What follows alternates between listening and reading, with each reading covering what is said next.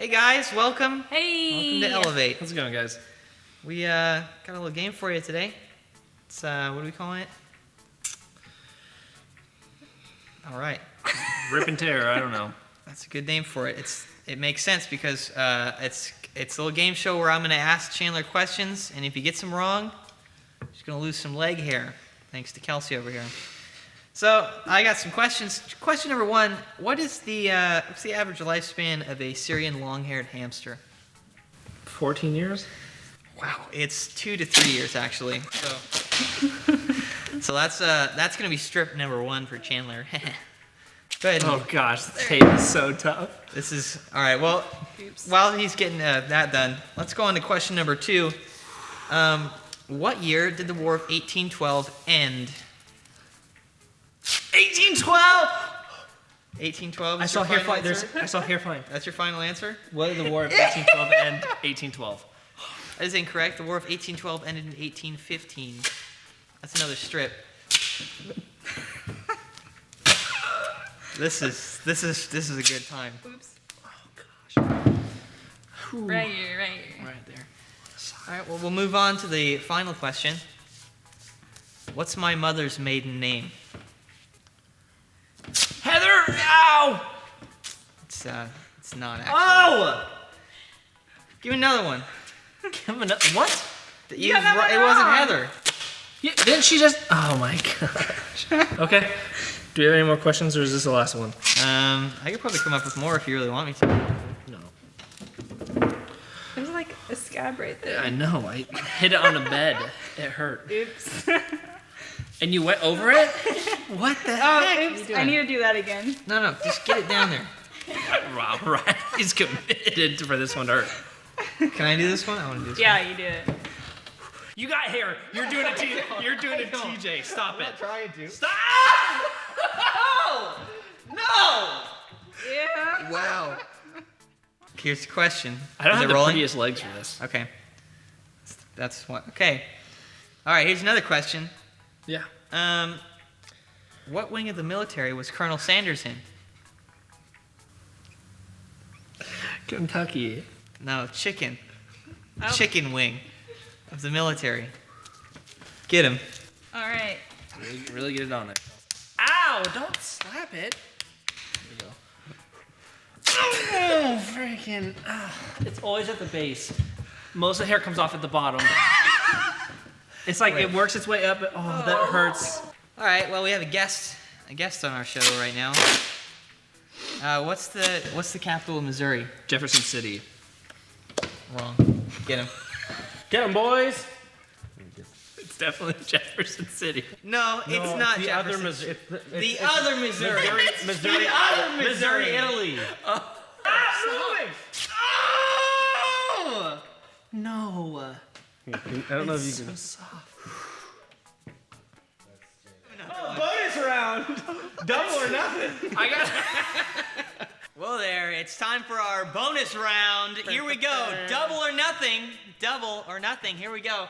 The question is, how many pieces did Eugene's Lego set have 2 weeks ago at group? 1,776. Wrong! 1,227! Get that man! Give me the other one. No. What? Double. What part of double or nothing do you not understand? This hurts. Okay. Okay, ready? Ready? Ready? 1, 2, 3. Now my turn. That was so soft. Ah, you're such a butthole. Ew. This hair tape. Well, it's time for worship. Let's do it. What up, elevators? Always on the rise. Let's go to a time of worship.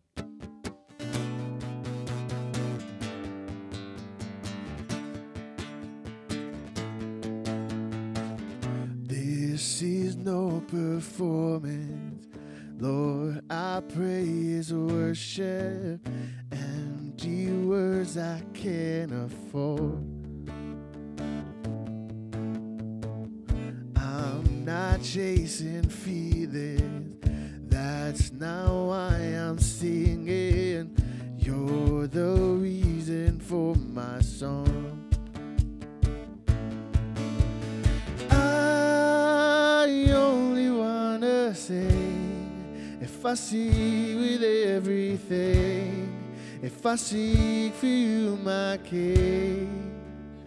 Oh, I can't imagine why I would do this all for high, 'cause it's all to lift you high. Oh,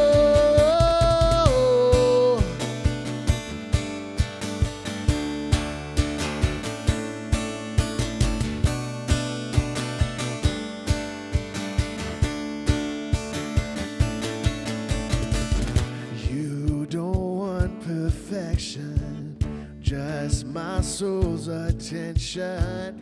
All I have is what I'll give, and more than a song that lasts a moment, I live a life of honest worship. If I need to sing, then I'll sing with purpose. All the praise, Lord, you deserve it now. I only wanna sing if I see with everything, if I seek for you, my King. Oh, I can't imagine why I would do this all for high, 'cause it's all to lift you high. Oh, oh, oh.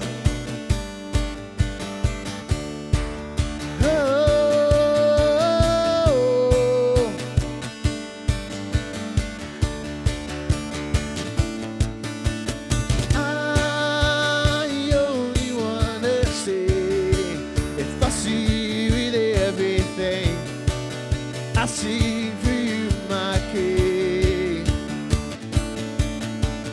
I can't imagine why I would do this all for high, 'cause it's all to lift you high. Whoa.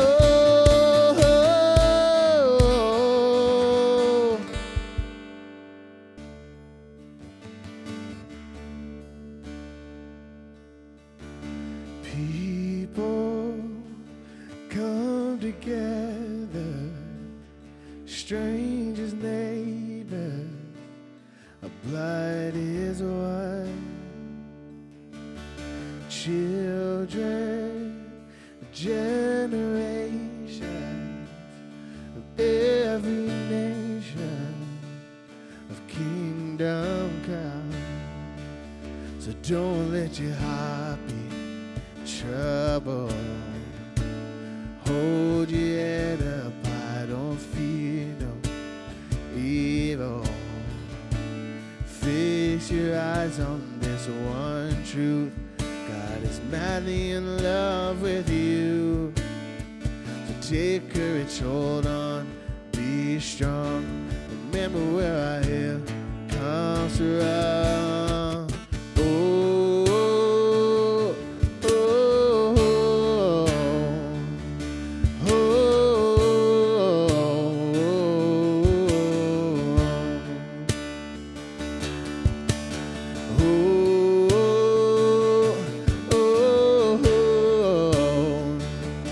oh, oh,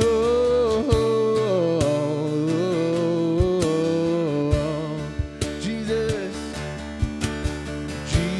Jesus, our redemption, our salvation is in His blood.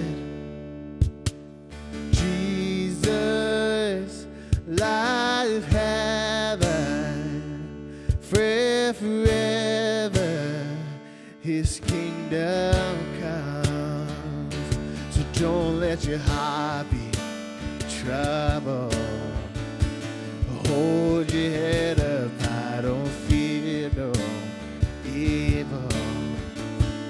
Fix your eyes on this one truth: God is madly in love with you. So take courage, hold on, be strong. Remember where our help comes from. Oh, oh, oh, oh, oh, oh.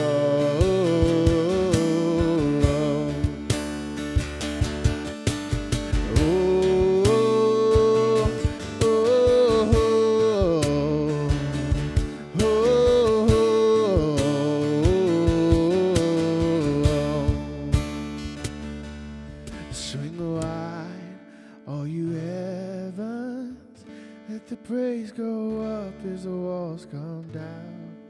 All creation, everything with breath, repeat the sound. All His children, clean hands, pure hearts, good grace, good God. His name is Jesus.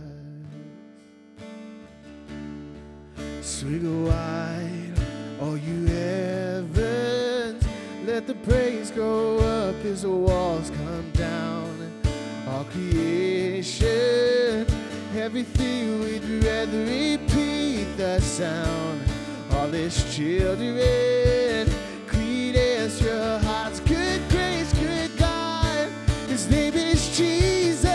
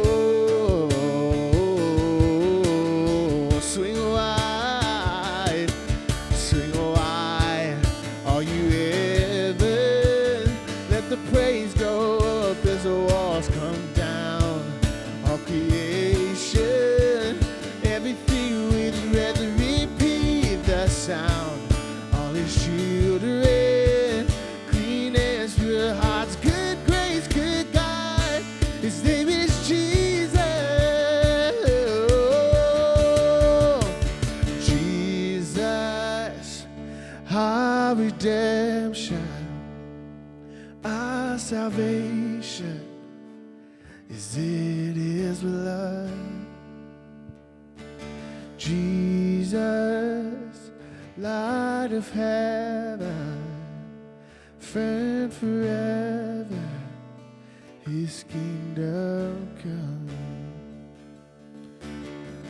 Father, we lift you up.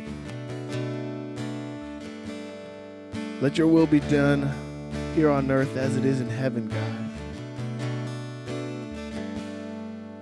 Father, let us know that you are in control. You have a plan in place in a time of uncertainty, God, in a time of fear. Let us cling to you, Father, knowing that we are loved by you. So, Father, we give you this time in your name. Amen.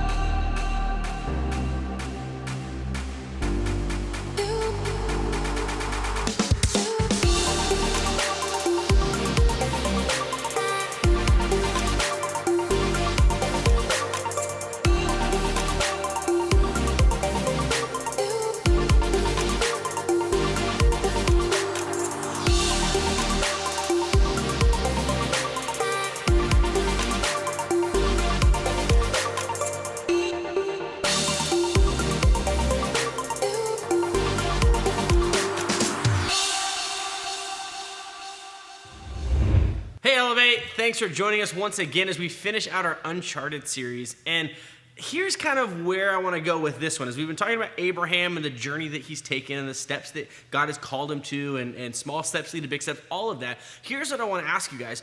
Do you have a view of God? Or not just do you, but what is your view of God? You see, everybody has one. Now, if you've been in church your whole life, where you've been in church so long that goldfish in Sunday school was like the best part of your week, or if you're new to this whole thing and maybe you just started joining us online during this whole pandemic, or maybe you started coming this past year to Elevate, whatever that looks like for you, we all have a view of God. Right? And I know I've told you guys this before. When I was a kid, I always imagined God as this gigantic, like Gandalf the White-looking guy, big beard, always glowing, like somehow there's always light behind him, right? And a white robe and like Birkenstock sandals, right? That was how I viewed God. And he had this really deep voice, and that's how I viewed God, right?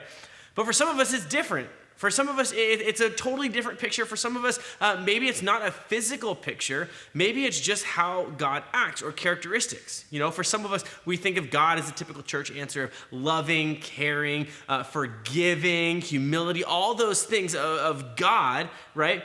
But I want to ask you, what is your view of God? Because you see, for some of us, our view of God can drastically change how we act in life or how we approach church, if that's a part of our life, which seems like it's yours if you're here. But maybe we have some ideas of God that aren't exactly who he is, but that's the closest thing we can get to. So I had some examples, okay? Maybe your thought about God is more like a school principal. Okay, all about rules, maybe waves every once in a while, like at lunch, they, show up to try to hang out with you guys for just a minute, but still all rules, all discipline, very strict, here's what you have to do. Maybe that's your view of God.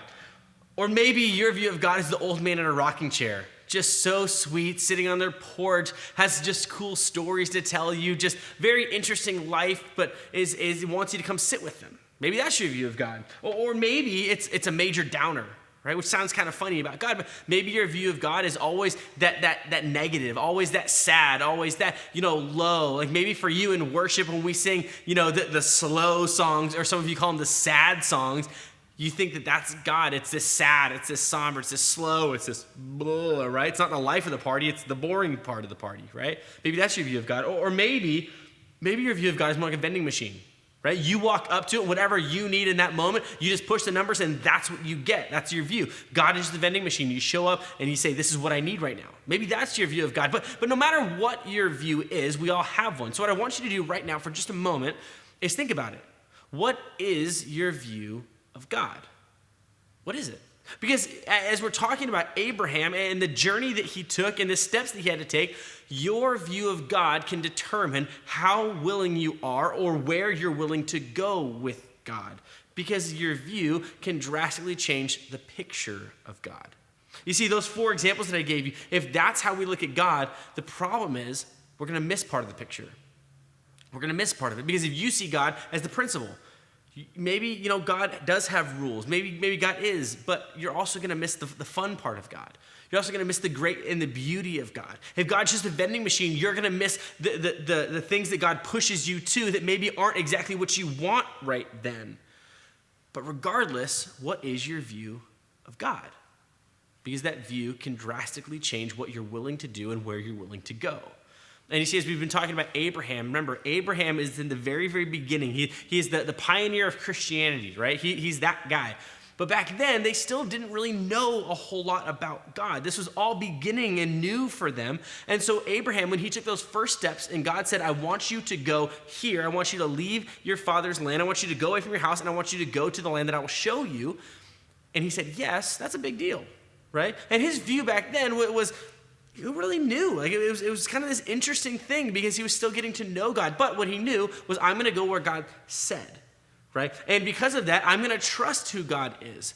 But as we dive into the Bible this week, as we dive into the story now, I want you to see that maybe in this time period where Abraham was just getting to know God, maybe he had every right to have a view of God that wasn't the best.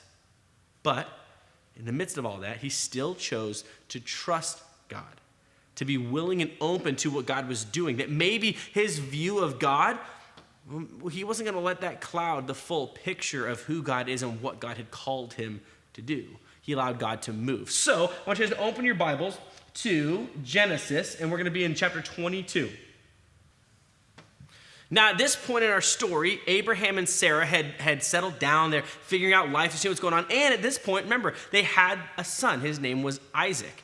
And Abraham and Sarah loved their son. They'd been waiting so long for this to happen. They finally got him.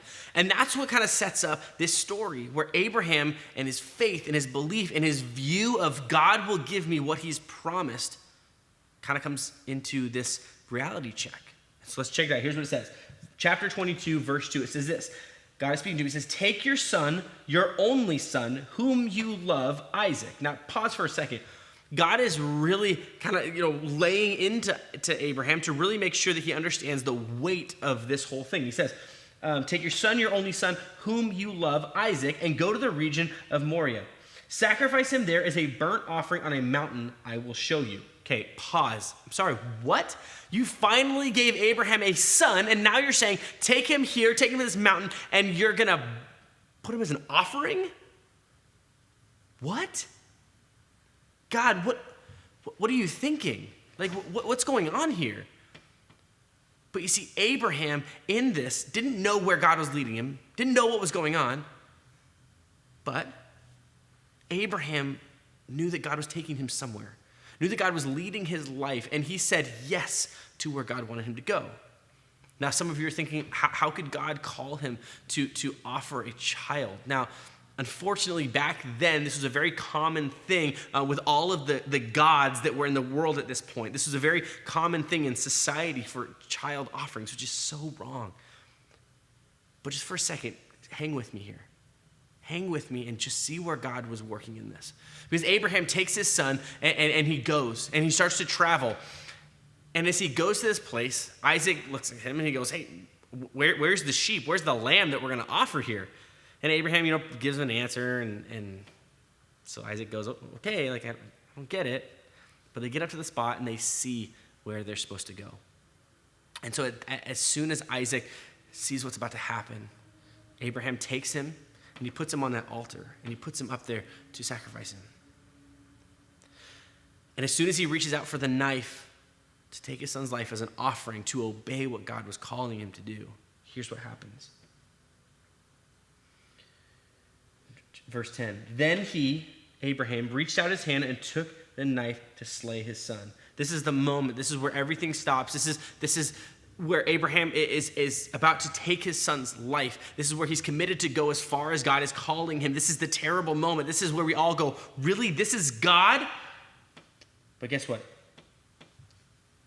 God stepped in. Because Abraham didn't allow this idea of God of maybe, how could you take my son? How could you make me do? No. He didn't allow how he was feeling in the moment to change the picture of God. Here's what happens. Verse 12, do not lay a hand on the boy, he said. Do not do anything to him. Now I know that you fear God because you have not withheld me, your son, your only son. And guess what? In that moment, Abraham looked and saw a ram stuck in the bushes and was allowed to sacrifice the ram instead of his son. Now, some of you are still caught and go, why would God call him to sacrifice his son? No. This was simply God saying, Abraham, how far are you willing to follow me when I call you? How far are you willing to go when I say this is what needs to happen? I know that sounds so extreme, but you see, if Abraham had allowed this moment, this, how could you take my son? This, you're a principal, you're a dictator, you're wrong, you're evil, you're mean, whatever you want to say. If he had allowed that to change the full picture, the view that he had of God, he would have never gotten to this point with God. He could have ran away and said, no, this is my son, I want him. But God made a promise. I'm going to deliver you to this land that I have promised. I'm going to take you to this incredible place. It's going to be amazing. You're going to have kids and kids and kids and kids and kids. And Abraham didn't for a moment say, God, how could you say you're going to do this and now all of a sudden you're doing this? No. Abraham went to the limit. Abraham kept following God when God was calling him to this place. He didn't say, I'm done. He said, I will listen. I will keep going. And so my question for you guys is, how do you view God? And does your view of God change the full picture of who he is? Does your view of God change where God might be calling you because you go, I don't want this. I can't imagine this. God, how could you do this? But God has never promised that every moment will be easy. God has never promised that every moment will be smooth. Sometimes things are difficult. But if you let the current situation change the picture of who God is, life gets hard. Life gets difficult. Your relationship with God will change. But what I ask you to do is think about who God is. And what I want you to do is really lean on the full picture of God, not your circumstance. As we go through coronavirus, COVID-19, social distancing, schools out, all these different things, you might think, God, how could you do this to me now? But don't let this moment change the picture of who God is.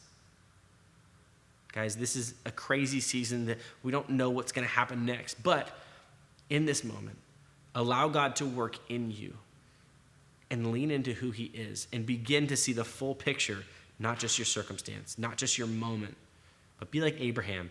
Be willing to go where God calls you, and don't get stuck in the small areas, this moment. Get stuck in the full picture of our loving and merciful God. Guys, we love you so much. You got a Zoom call in just a minute. We can't wait to see you guys soon. All right, guys. You know what time it is? It's time to go to Zoom. The guy number's right here, and the girl number's right here. 7:45. Be there, or be square.